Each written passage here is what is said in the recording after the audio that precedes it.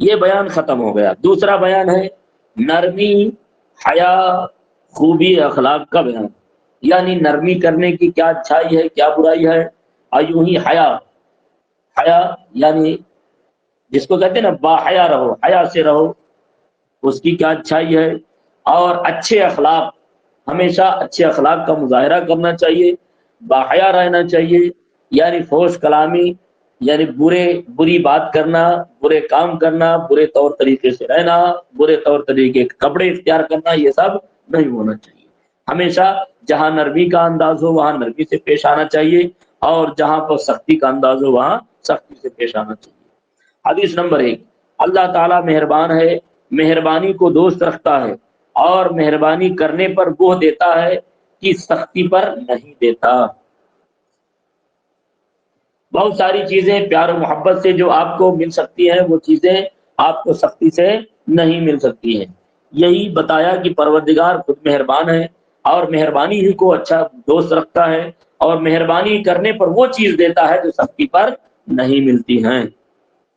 حدیث نمبر 2، حضرت عائشہ رضی اللہ تعالیٰ عنہا سے فرمایا نرمی کو لازم کر لو، اور سختی اور فحش سے بچو۔ فحش یعنی گندی باتوں سے بچو۔ جس چیز میں نرمی ہوتی ہے اس کو زینت دیتی ہے، اور جس چیز سے جدا کر لی جاتی ہے اسے عیبدار کر دیتی ہے۔ حدیث نمبر 3، جو نرمی سے محروم ہوا وہ بھلائی سے محروم ہوا، یعنی جس کے اندر نرمی نہ ہو تو گویا کہ اس کے اندر بھلائی نہیں ہے۔ حدیث نمبر 4، جس کو نرمی سے حصہ ملا اسے دنیا و آخرت کی خیر کا حصہ ملا، اور جو شخص نرمی کے حصہ سے محروم ہوا وہ دنیا و آخرت کے خیر سے محروم ہوا۔ حدیث نمبر 5، کیا میں تم کو خبر نہ دوں کہ کون شخص جہنم پر حرام ہے اور جہنم اس پر حرام ہے؟ وہ شخص کی آسانی کرنے والا نرم، قریب، سہل ہے۔ مومن آسانی کرنے والے ہوتے ہیں، جیسے نکیل والا اونٹ کہ کھینچا جائے تو کھینچ جاتا ہے، اور چٹان پر بٹھایا جائے تو بیٹھ جاتا ہے۔ یہ مومن کی خاصیت ہے۔ ایک شخص اپنے بھائی کو حیا کے متعلق نصیحت کر رہا تھا کہ اتنی حیا کیوں کرتے ہو؟ رسول اللہ صلی اللہ علیہ وسلم نے فرمایا اسے چھوڑو، یعنی نصیحت نہ کرو، کیونکہ حیا ایمان سے ہے۔ حیا نہیں لاتی ہے مگر خیر کا، حیا کل ہی خیر ہے، یعنی آپ جتنی حیا کریں گے پوری کی پوری بھلائی ہی ہے، حیا میں کہیں بری چیز ہے ہی نہیں۔ حدیث نمبر 9، یہ اگلے انبیاء کا کلام ہے جو لوگوں میں مشہور ہے، جب تجھے حیا نہیں تو جو چاہے کر۔ جب تجھے حیا نہیں یعنی بے حیا باش ہر چخائی کن، جب تم بے حیا ہو چکے ہو تو جو چاہے کرو۔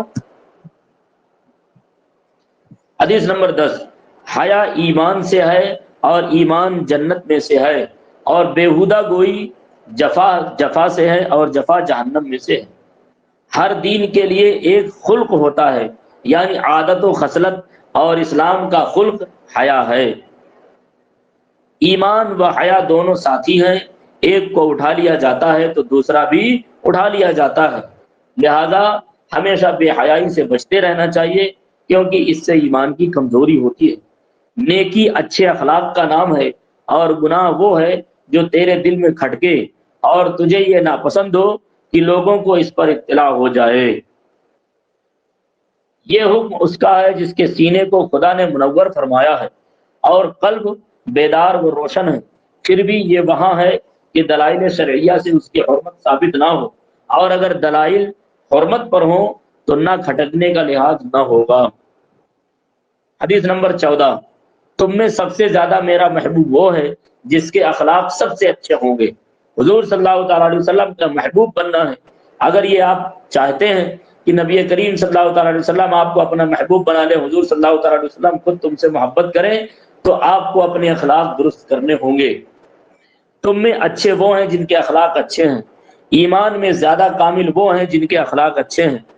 حدیث نمبر 17، خلق حسن سے بہتر انسان کو کوئی چیز نہیں دی گئی۔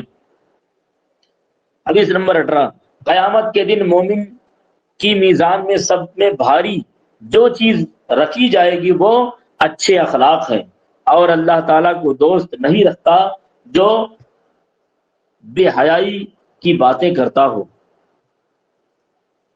مومن اپنے اچھے اخلاق کی وجہ سے قائم اللیل اور صائم النہار کا درجہ پا جاتا ہے۔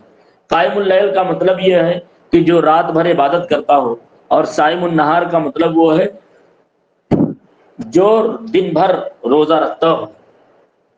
یعنی اگر آپ کے اچھے اخلاق ہیں تو جو ثواب رات بھر عبادت کرنے والے اور دن بھر روزہ رکھنے والے کو ملتا ہے وہ ثواب آپ کو بھی ملے گا۔ حدیث نمبر 20، مومن دھوکہ کھا جانے والا ہوتا ہے، یعنی اپنے کرم کی وجہ سے دھوکہ کھا جاتا ہے، نہ کہ بے عقلی سے۔ اور فاجر دھوکہ دینے والا لئیم یعنی کمینہ یعنی بدخلق ہوتا ہے۔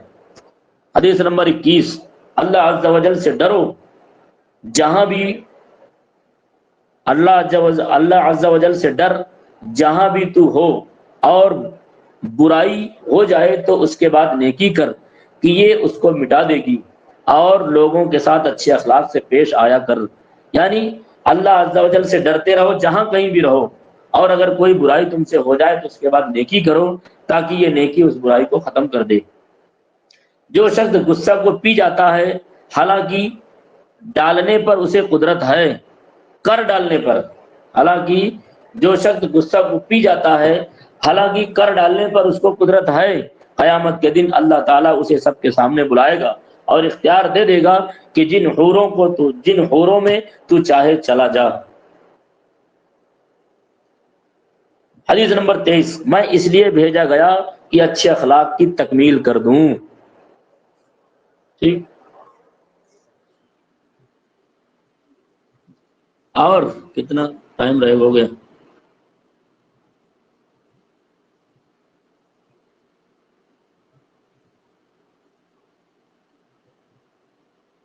چلو یہیں تک رہنے دو۔